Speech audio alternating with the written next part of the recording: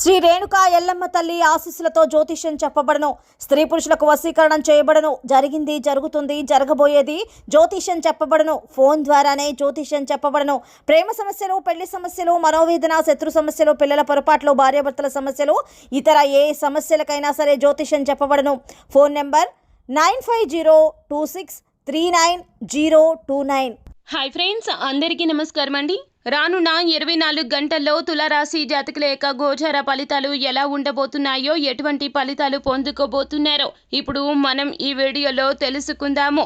ఈ రాశి జాతకులు ఖచ్చితంగా ఈ యొక్క రానున్న 24 గంటల్లో చిత్ర విచిత్రమైనటువంటి మార్పులు అయితే మీకు కలగబోతున్నాయి. అదేవిధంగా షాకింగ్ మాయలు అయితే కలగబోతున్నాయి. మీ యొక్క జాతకంలో ఏం జరగబోతుంది, ఎటువంటి మార్పులు అయితే కలగబోతున్నాయో తదితర పూర్తి వివరాలు అన్నీ కూడా మనం ఈ వీడియోలో సంపూర్ణంగా సవివరంగా తెలుసుకునే ప్రయత్నం చేద్దాము. అంతకంటే ముందు ఫ్రెండ్స్, వీడియోని పూర్తిగా చూడండి. అప్పుడే మేము ఏం చెప్పబోతున్నామో మీకు పూర్తిగా అర్థమవుతుంది. వీడియో గనక మీకు నచ్చినట్లయితే గనక లైక్ చేయండి. మీ లైక్ మాకెంతో సపోర్ట్ అండ్ ఎంకరేజ్మెంట్ గా ఉంటుంది.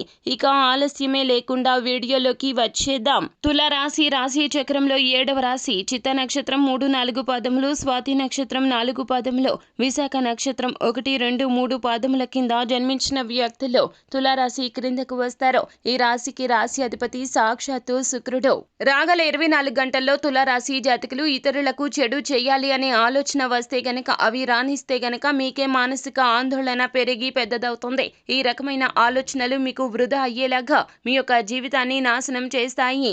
ఈ రోజున మతపరమైన భావనలతో మత సంబంధమైనటువంటి చోట్లకు వెళ్లే అవకాశం కనిపిస్తుంది. ఆధ్యాత్మిక భావన ఈ రోజున కాస్తంత ఎక్కువగానే కనిపిస్తుంది. అలాగే షాకింగ్ మార్పులు ఏమిటంటే గనక, మీరు అనుకున్నటువంటి పని చివరి దాకా వచ్చి ఆగిపోవడం జరుగుతుంది. అది ఉద్యోగంలో ప్రమోషన్ కావచ్చు, వ్యాపారంలో ఏదైనా కాంట్రాక్ట్ సైన్ కానీ, లేదా ఏదైనా సరే ఆర్థిక లాభం వస్తుంది అనుకున్న సమయంలో ఆర్థిక పరంగా నష్టం వాటిల్లడం కానీ ఇలా జరుగుతుంది. రాగల 24 గంటల్లో అస్సలు మీకు కలిసి రాదు. కావున ఏ నూతన నిర్ణయాలు తీసుకోవద్దు. ఏ నూతన క్రియలకు కూడా మీరు అస్సలు జోక్యం చేసుకోవద్దు.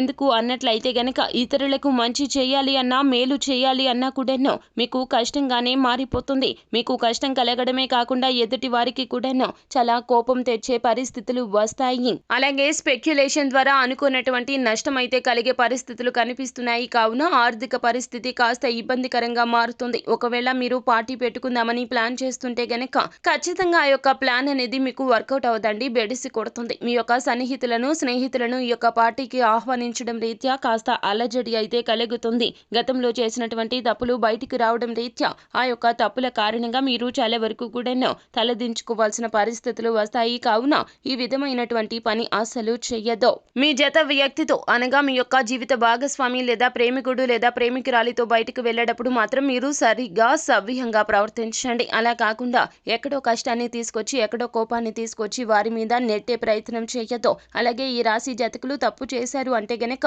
ఒప్పుకొని మనస్తత్వం కలిగిన వారు. కావున ఈ రోజున ఈ యొక్క అలవాటు మిమ్మల్ని చాలా వరకు కూడా కష్టాల్లోకి తోసేస్తుంది. కావున సరిగ్గా ఉండండి. మాట విషయంలో జాగ్రత్తగా ఉండండి. కొత్త వెంచర్లు మీకు ఆకర్షణీయంగా కనిపిస్తాయి. కావున వాటి విషయంలో వాటి జోలికి వెళ్ళకూడదు.